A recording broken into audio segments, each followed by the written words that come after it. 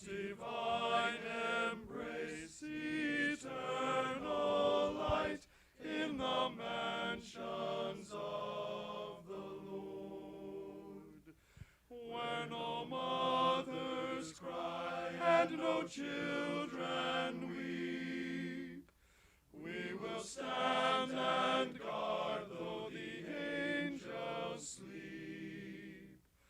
All through the ages safely keep the mansions of the Lord. All through the ages safely keep the mansions of the Lord.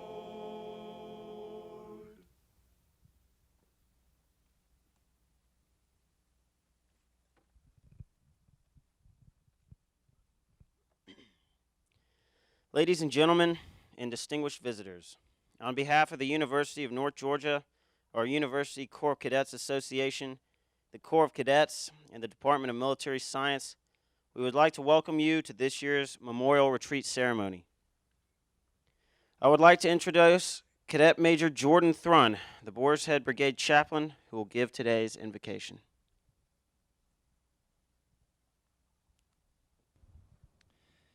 I invite you to pray with me if you so desire.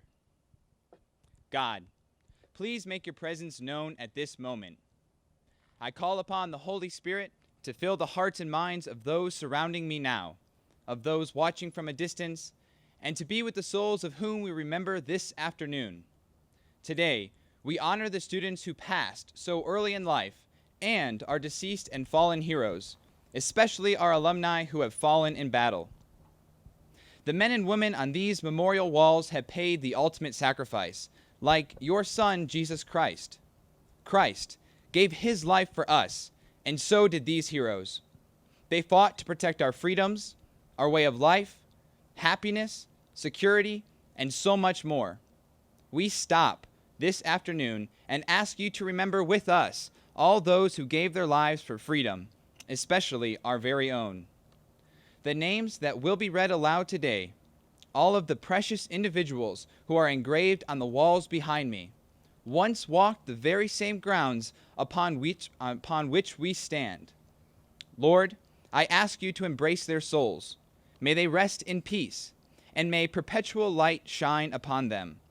Hold on to them forever in eternity and watch over their family, friends, loved ones, and all who take the time to honor them and you.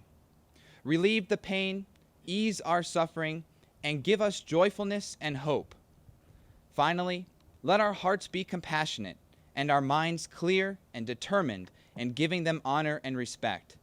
The Boar's Head Brigade and the University of North Georgia will never forget them, and we will always stand in support, as well as continue to contribute to the fight for which they have died for.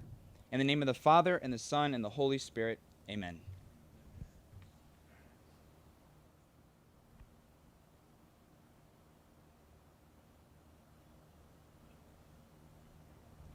Ladies and gentlemen, please stand for our national anthem, sung by the UNG Patriot Choir under the direction of Dr. Jack Broman.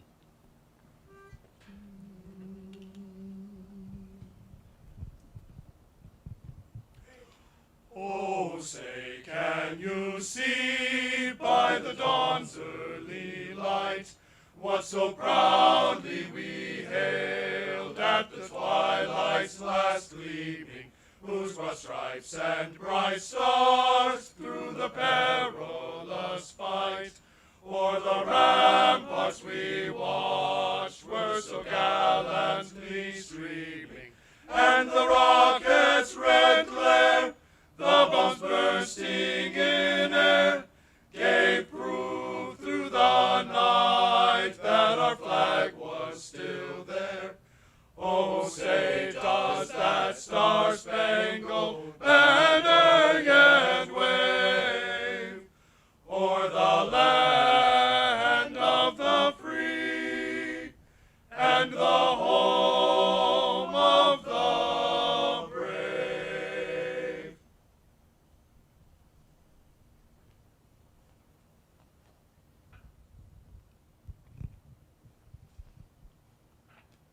Ladies and gentlemen, Colonel Tom Palmer, Commandant of Cadets, University of North Georgia. Please be seated.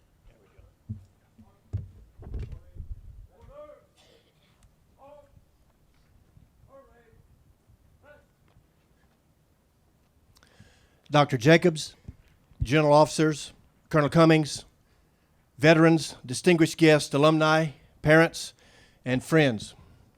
Welcome to the University of North Georgia's annual Memorial Retreat Ceremony. Today I would like to offer a special greeting to our graduates and friends who are viewing this ceremony from locations all over the globe via the UNG website as a part of our Recall initiative. Also, a special welcome to the great NGC classes of 1956 and 1966.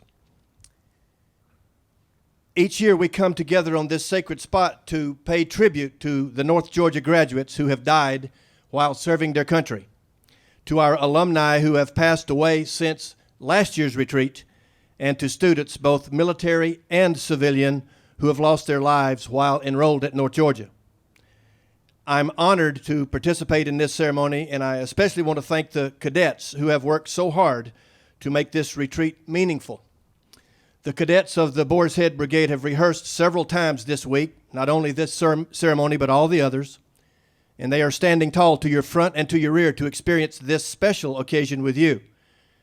As almost all of you know, cadets raise and lower the national colors on this memorial site every day, so they know what hallowed ground is.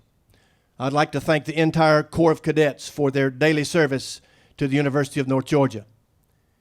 Now, a special word to all of the freshman cadets who may be experiencing this memorial retreat for the first time. I want you to know that only a handful of colleges in this nation acknowledge their war dead by remembering them in ceremonies like this one. You probably came here today because your squad leader told you to get in the formation. But I want to challenge each of you to return to this location on your own sometime before you go home for the summer. And I want you to read the names on these walls. Each name, freshmen, each name represents a human being who is no longer with us. Each person was a cadet or an officer or a son or a daughter or a spouse or a father or somebody's best friend, or somebody amazingly just like you.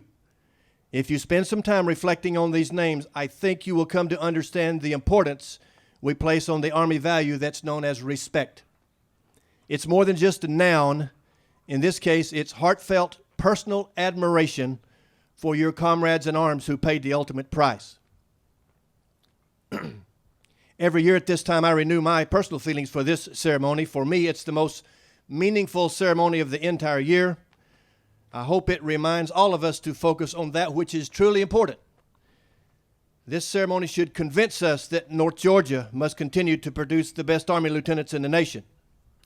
It should challenge us to ensure that our cadets learn character development as well as an academic discipline. And it reminds us that some of our graduates are still serving on foreign fields and are in harm's way right now. Finally, it inspires us, hopefully, to respect those who fought and died to preserve our way of life in America. This year, we're pleased to report that no names have been added to the monument that records those who perish in the ongoing conflict overseas. However, one name has been added to the monument for currently enrolled students, and you will hear this name called in a moment. My fellow alumni, I'm grieving today because this year's list of names of deceased alumni includes some of my close personal friends.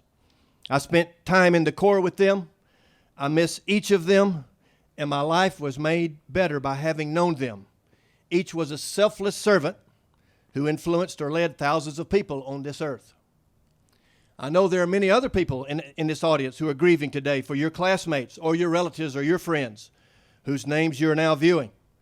I want to remind you that in August and January of every year, as our military orientation known as Frog Week begins, each new cadet will visit this site in a twilight formation, and he or she will view the names of your classmates on all the monuments to my rear. As Commandant, I promise you that we will continue to teach the meaning of sacrifice to our students and we will never forget the names of our friends who died in service to their country. And just a final thought as we honor the memory of our graduates who have passed on since the last retreat. Let's not forget our North Georgia graduates who are fighting for our freedom by leading troops in the Middle East. Our fervent wish is that all of our alumni and the troops they are leading will complete their mission successfully and return home safely in the weeks and months ahead. At this time, I'm honored to introduce our guest speaker, Major Promotable Dan Kearney, who commissioned as a second lieutenant of infantry in the North Georgia College and State University class of 2002. Dan, that was a long time ago. Dan's first assignment was as a platoon leader at Fort Lewis, Washington. In 2004, he deployed to Mosul, Iraq in support of Operation Iraqi Freedom, where he soon commanded Bravo Company 124 Infantry Battalion. After completing the captain's career course at Fort Benning, he was assigned to the 173rd Airborne Brigade in Vicenza, Italy, where he served on the brigade staff before taking command of Battle Company, 2nd of the 503rd Infantry Airborne, in November 2007. During his command tour, he led his company through a 15-month deployment in support of Operation Enduring Freedom in the Korengal Valley. Later, he moved to the United States Army's Southern European Task Force, where he became the aide-de-camp to the commanding general. In 2009, he moved back to Fort Benning, where he served as the Battalion S4, the Alpha Company Commander, and the liaison officer for 3rd Battalion, 75th Ranger Regiment. During this time, he also made numerous trips to Iraq and Afghanistan, serving as a company commander and an assistance operations officer. After receiving his master's degree from the Naval War College, Major Kearney reported to Hunter Army Airfield, where he served as the liaison officer, operations officer, and executive officer in 1st Ranger Battalion. He then moved to the 75th Ranger Regiment headquarters, and over the course of the last 3 years, approximately, he's deployed to Afghanistan, where he served as the Joint Task Force Operations Officer. Currently, Dan's the Deputy Operations Officer for the 75th Ranger Regiment, and he's recently been chosen, I'm pleased to report, for Battalion Command. And it's easy for an old guy like me to predict that someday this officer will command large troop formations for our Army. On a side note, many of you may have seen Dan in a feature-length documentary that chronicled the deployment of a platoon of U.S. soldiers in Afghanistan's Korengal Valley in the 2008 timeframe. The movie focuses on a remote 15-man outpost, Restrepo, named after a medic who was killed in action. The directors of the film attempted to capture the lives of soldiers who had deployed to one of the most dangerous postings in the U.S. military. Dan has earned many awards and decorations as a direct result of his numerous combat tours, including 4 Bronze Star medals, with one of those being awarded for valor. Also, he's earned the Combat Infantryman's Badge, the Expert Infantryman's Badge, and the Ranger Tab. Dan is married to the former Lauren White, an alumna of North Georgia College and State University. And Dan and Lauren have 2 sons, Danny, age 9, and Jackson, age 6. Ladies and gentlemen, please make welcome one of North Georgia's most distinguished graduates, Major Promotable Dan Kearney, class of 2002.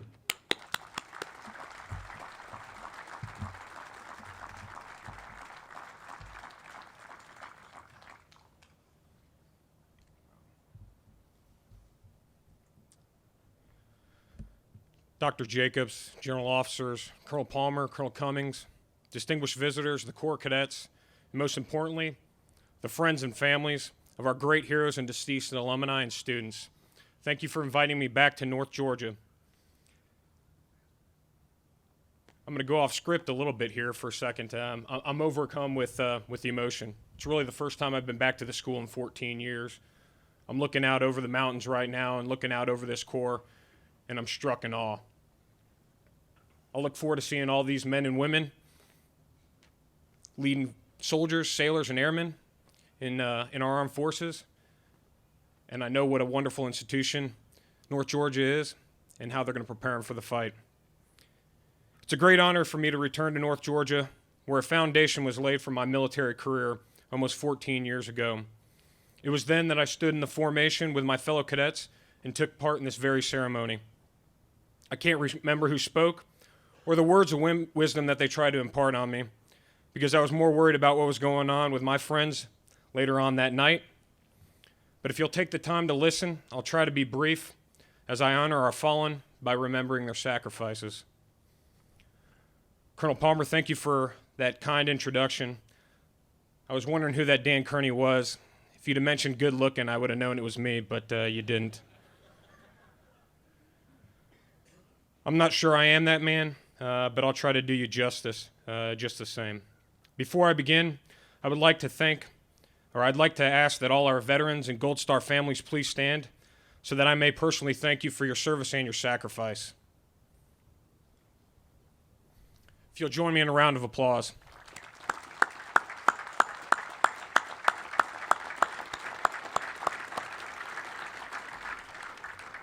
Thank you. Some of you may be asking yourself how this man before you, with a less than stellar career in the Corps Cadets, has come to be your guest speaker today. I can only assume it's because of my good looks, but as I said, that wasn't mentioned earlier. But I would ask that you bear with me as I attempt to do our heroes and their families justice. Last fall, I received an email from Major Nykirk, the Assistant Commandant. The subject line read, "No kidding." And he asked me if I was willing and able to serve as the guest speaker for this ceremony. I replied that I would be honored to do so, but I was deployed at the time and I didn't know if I would be able to make it. I wasn't also 100% certain that I would be back in time to be able to attend, or if I'd be able to carve out enough time from taking my kids turkey hunting in the backwoods of Fort Benning, Georgia. I wasn't sure if I was 100% up to the task of representing the names that you read behind me either. Forgive me as I try to do my best to honor them and inspire you. I told Major Nykirk that in my current position I didn't know if I'd be able to be fighting this war or if I was going to be taken off. Unfortunately, I take off in 4 more days, and I hope I'll do you justice by leading those great men and women into combat and ensuring that no more names come onto that wall. All gave some, but some gave all. I'm honored to be here today as we take a moment to honor these men and women that made the final sacrifice, to honor their families that gave their sons and daughters to this nation's fight. I'm honored to stand amongst these granite markers that bear these names of heroes from our great institutions. Their names are memorialized forever so that everyone might remember these few, these precious few, that sacrificed all so that freedom's shining light never sets and never fails to shine over us all. When my wife and I drove onto the campus earlier today, we couldn't help but notice all the changes since 2002, one of them being the name. Since 2002, there's been an extreme growth in the Corps Cadets, and it continues to stand as the premier institution for building leaders into our U.S. Armed Forces, and specifically our Army. Corps, you look great, and I've enjoyed talking to many of you in my short time back here in Dahlonega. I hope one day you feel the same as my wife and I do about this great place. This place is special, and it'll always be special to us. Treasure your time here because it is gone before you know it, and your time after graduation presents a new world. Never forget your roots or what helped mold you into the leaders you will become.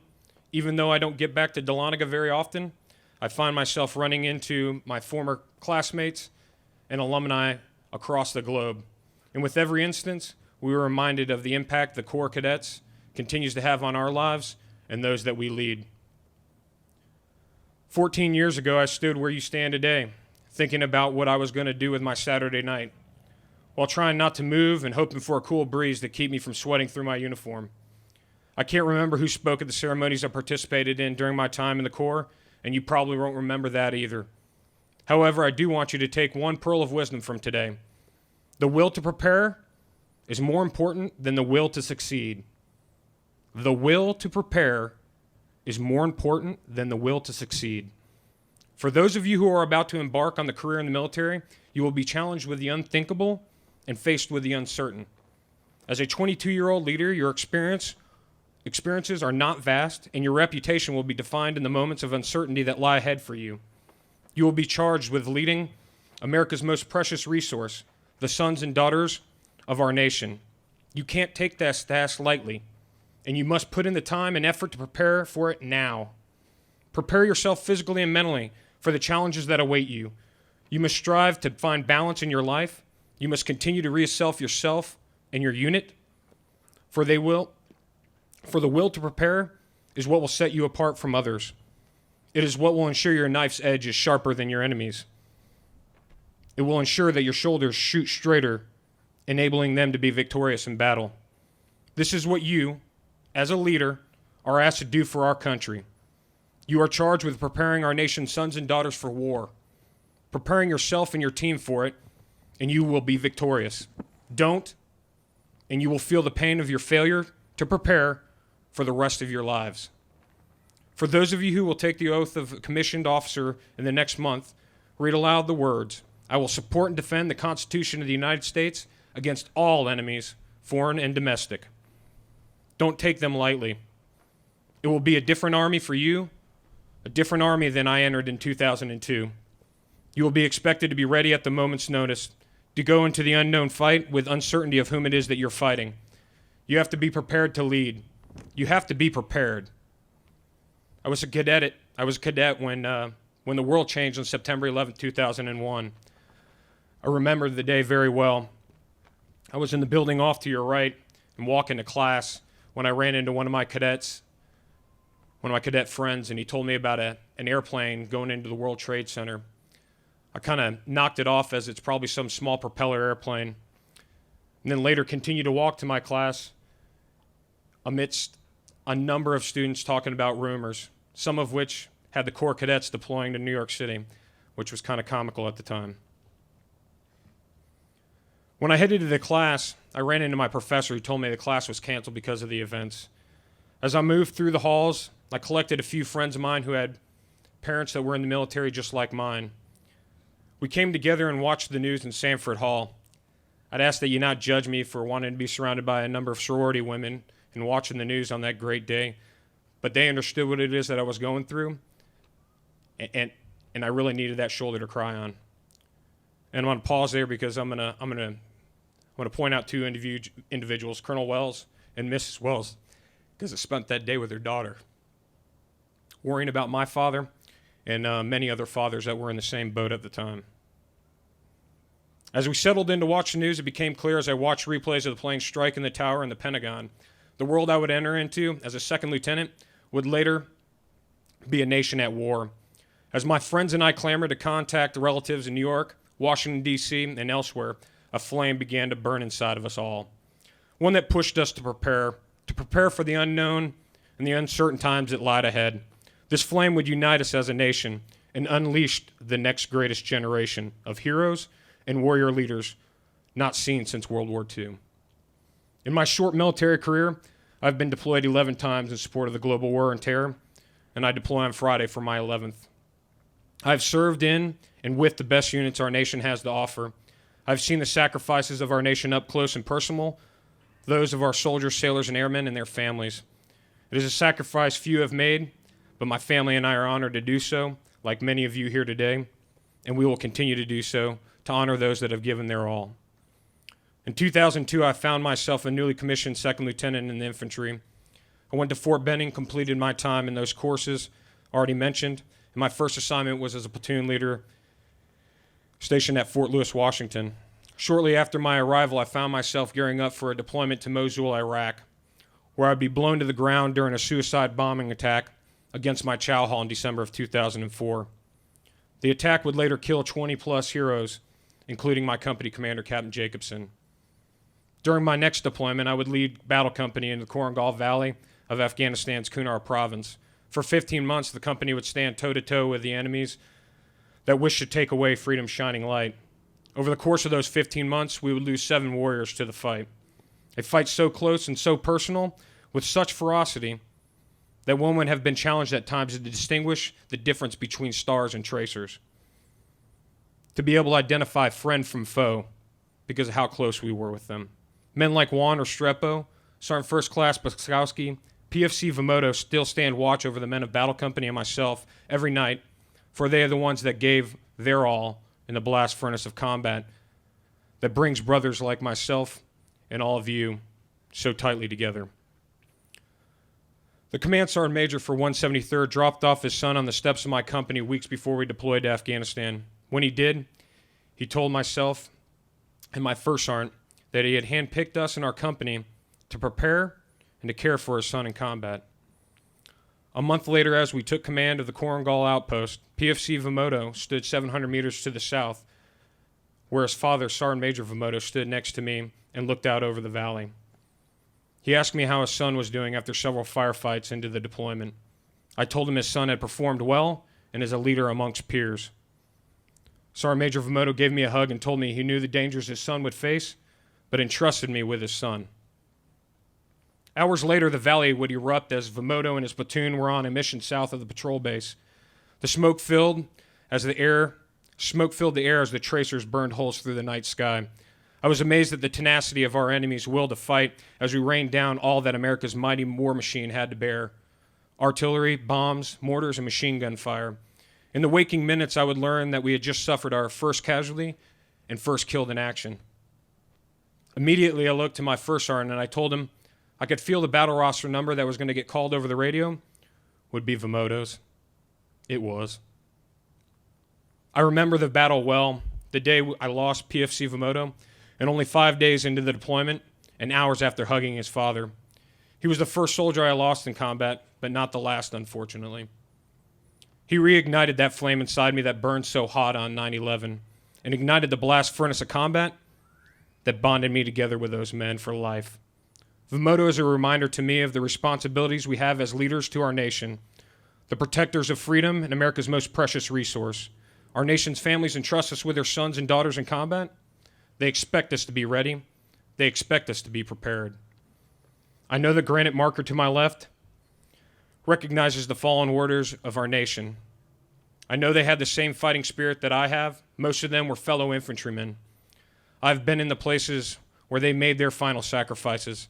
I've been to the dangerous areas where they made their final stand: Kapisa, Tarin Kowt, and other places in Afghanistan and Iraq. All nightmares for some of us. They didn't give up, nor will I. It is not in our DNA as Americans. It saddens me that they're not here with us today, but I know their memories will not be forgotten as we continue to keep on the fight at hand. I can't stand in front of you all today and talk about any of the fallen heroes on the markers behind me. I never served with them, but I have seen friends of mine from North Georgia that have sacrificed much over the course of the current fight. Warriors such as Adam Stead, who was shot while flying combat operations in the Kunar province in support of an overrun base. He was struck in the head with a bullet and yet safely delivered his crew in his helicopter before crumpling on top of himself. Another great friend and warrior is Jay Barclay, who was struck by an IED in the Korengal Valley in 2007 prior to my arrival. The encounter left him scarred for life, yet he continues to support our soldiers and their families today, and my hat's off to both of those men. There are many from this great institution that have given much, but these, they've given all. There's another marker behind the Military Leadership Center called the Killed in Line of Duty Memorial. One name on the marker is Lieutenant J.T. May, a friend of mine and fellow infantryman. J.T. never had the chance to serve his country in battle, but I know he would have led from the front and would have been a leader amongst giants. Lieutenant May, like others on the wall alongside his name, were lost too soon. I would be remiss if I didn't say a few words about the marker to my far left, the student marker. There are a few names on the marker that I personally know. Some were innocent victims of tragic accidents. Others, life was just too short and left us wondering why. I'm sorry we have to add another name to the markers today. My heart goes out to their family and to their friends. Cadets and students, prepare yourselves for the life you are about to lead in the future. The investments you make in yourself today will lead you to victory in the years ahead. Ladies and gentlemen, thank you for being here today as we reflect on the lives of those we've lost. Let's not forget those who gave the ultimate sacrifice for our nation. May God bless you in the United States of America, and Rangers lead the way.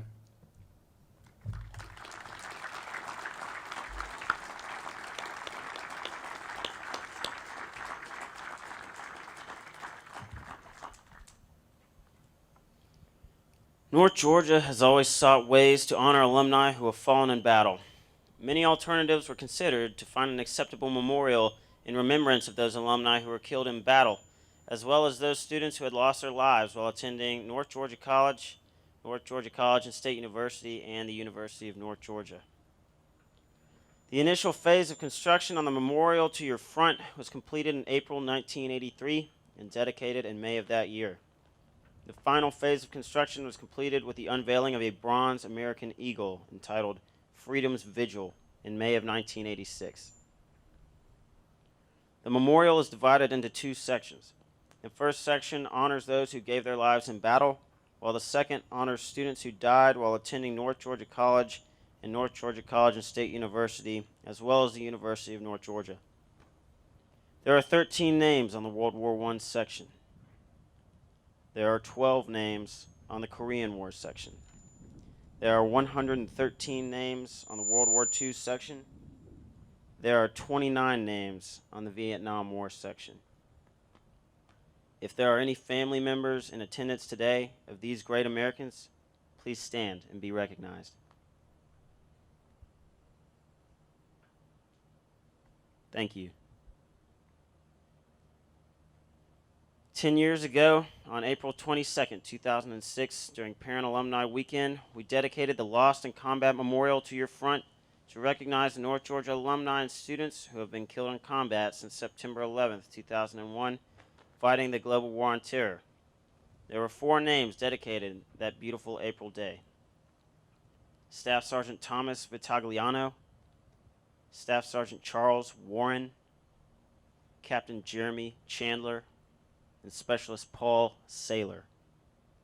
During our 2009 ceremony, we added our 5th name to the marker, the name of Master Sergeant Mitchell W. Young.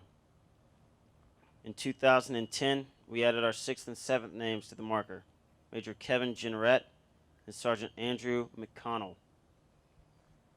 There are no names to add to the marker this year. If there are any family members in attendance today of these great Americans, please stand and be recognized.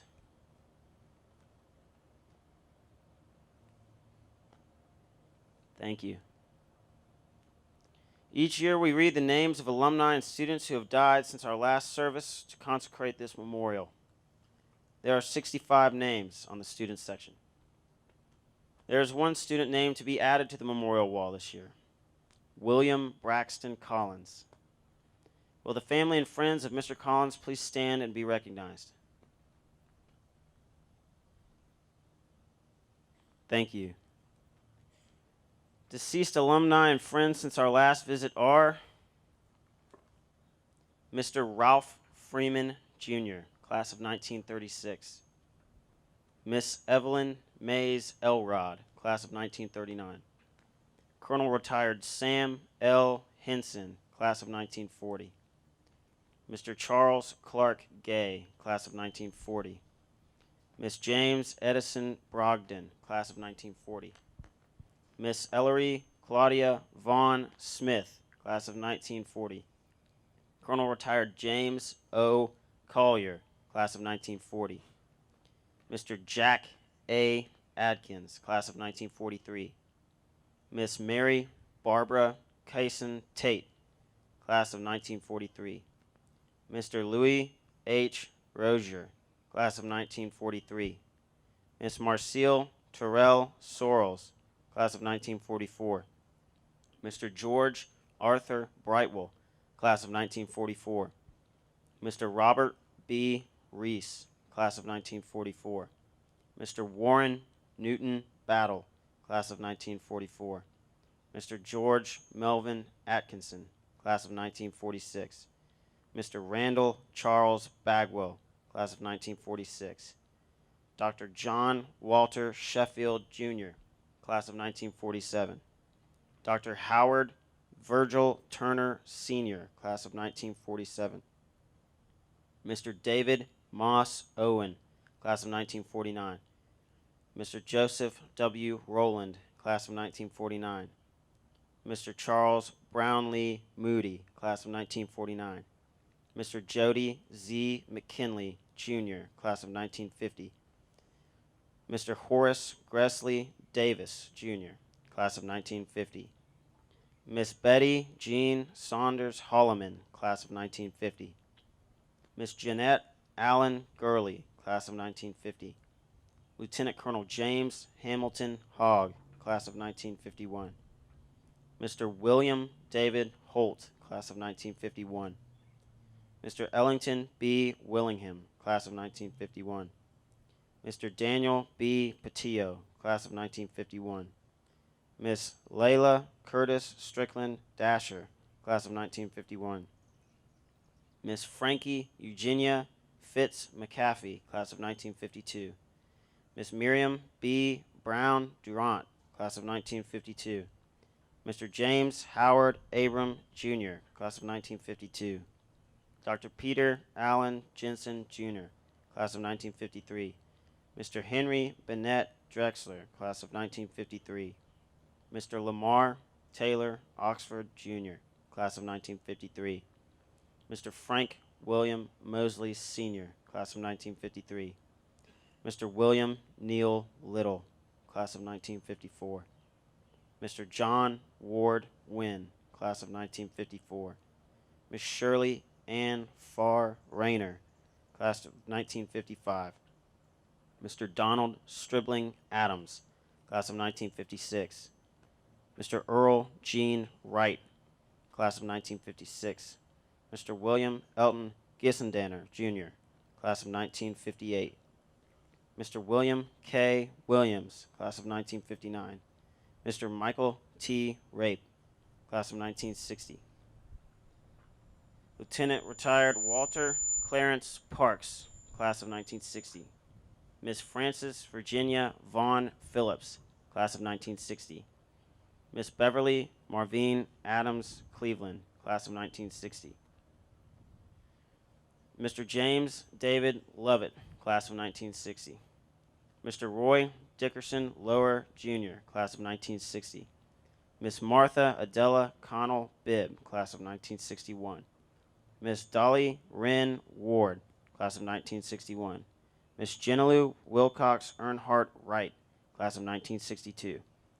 Miss Joan Charlene Wiley Fleurschutz, class of 1962. Miss Barbara Keniston White Harris, class of 1963. Miss Ralph Thompson McCrary, class of 1963. Mr. Ralph, as you were. Mr. Philip Dorsey Benefield, class of 1964. Mr. Larry F. Moon, class of 1965. Colonel Retired Bertram Leon Richardson, class of 1965. Mr. Fred Clarence Platt, III, class of 1965. Miss Alice G. Gruber Johnson, class of 1965. Mr. Charles Alexander Evans, class of 1965. Miss Bonnie Dell Burns Clegg, class of 1966. Mr. Richard C. McDaniel, class of 1966. Mr. Lee Oscar Bryan, class of 1966. Mr. Gary Thomas Hawkins, class of 1967. Mr. Glenn L. Combs, class of 1968. Mr. Kurt Raoul Parr, class of 1969. Mr. Newell Edenfield, Jr., class of 1969. Miss Valentine Dobbs, class of 1970. Mr. Larry Maxwell King, class of 1970. Lieutenant Colonel Terry Lee Stranger, class of 1972. Ms. Glenda F. Fleming Mayhew, class of 1972. Mr. Bonnie Theron Chandler, class of 1975. Mr. Ronnie Lee Ryder, class of 1976. Mr. Myron H. Smith, class of 1976. Mr. Barber Bray Forrest, class of 1977. Mr. Gruber Anderson Jones, class of 1977. Mr. Christopher R. Gore, class of 1978. Mr. Tudor Jones, class of 1978. Ms. Frances E. Copeland, class of 1978. Ms. Sharon Lynn Shugart George, class of 1979. Ms. Kimberly Tillman Manish, class of 1979. Ms. Melissa Eloise Burns Sosaby, class of 1979. Mr. Richard Sebastian Kenzie, class of 1980. Ms. Peggy B. Terry, class of 1980. Mr. Michael J. Savage, class of 1982. Ms. Theo Dorothy Meyer Bracewell, class of 1986. Major David Sylvanus Goodwin, class of 1988. Dr. Robert Lowell Stone, class of 1991. Mr. Bernard Sutler Roberts, class of 1992. Chief Warrant Sean Stewart McAfee, class of 1994. Lieutenant Colonel Richard William Maltby, Jr., class of 1998. Ms. Joy Ann Bruce, class of 2000. Mr. Jason Richard Fuller, class of 2014. Mr. John W. Mitchell, former faculty. Mr. Nathaniel Ash, former foundation trustee. Mr. Lewis Hill Probst, former foundation trustee. Ms. Miriam Merritt, friend. Ms. Ann P. Perry Sweat, friend. Mr. Charles E. Wallen, friend. Ms. Dorothy A. McClure, friend. Mr. Gaither L. Plummer, friend. Mr. Gordon Sawyer, friend. Mr. Kenneth Kilpatrick, friend. Mr. Rodney Allen, friend. Mr. William H. Price, retired staff. Mr. Leon Peters, retired staff. Ms. Alda Beth Gilliland, retired staff. Mr. David C. Grizzle, retired staff. Dr. Norma Sursley, retired staff. Ms. Neely Sellers, retired staff. Mr. Wendell Whiteside, retired staff. Ms. Peggy L. Stevens, retired staff. Ms. Frances Laureen Brookshire Connor, retired staff. Will the family members of these alumni names read today please stand and be recognized?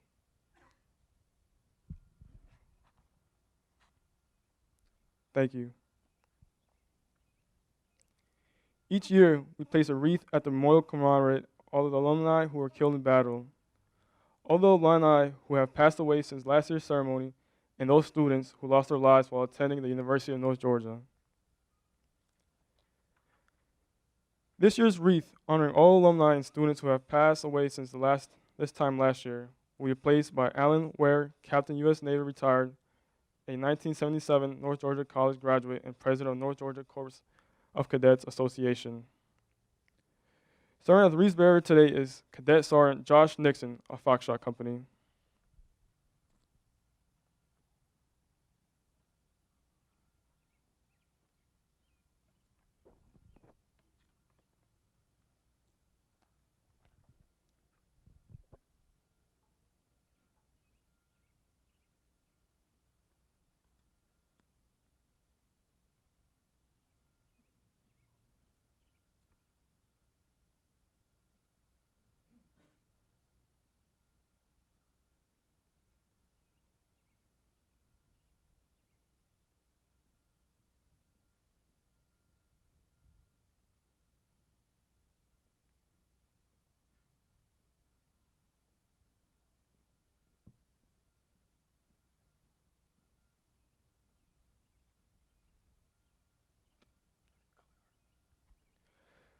Several cadet units are participating in today's ceremony.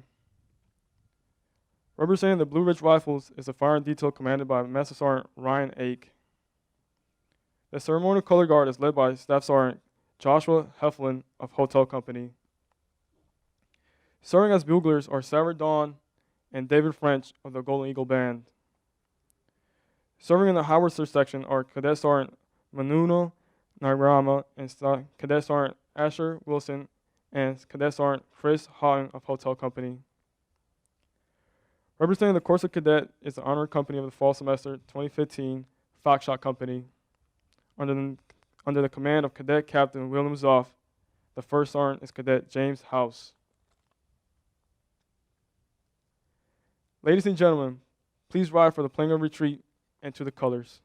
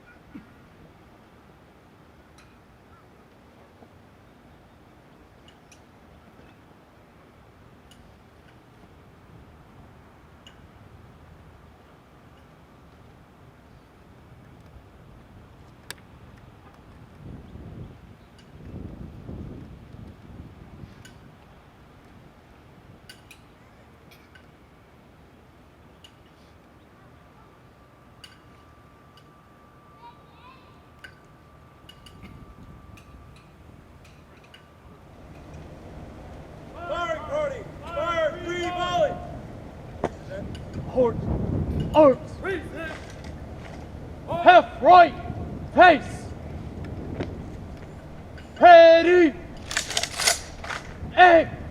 Higher. Ready. Aim. Higher. Ready. Aim. Higher. Cease. Fire. Preset. Arms.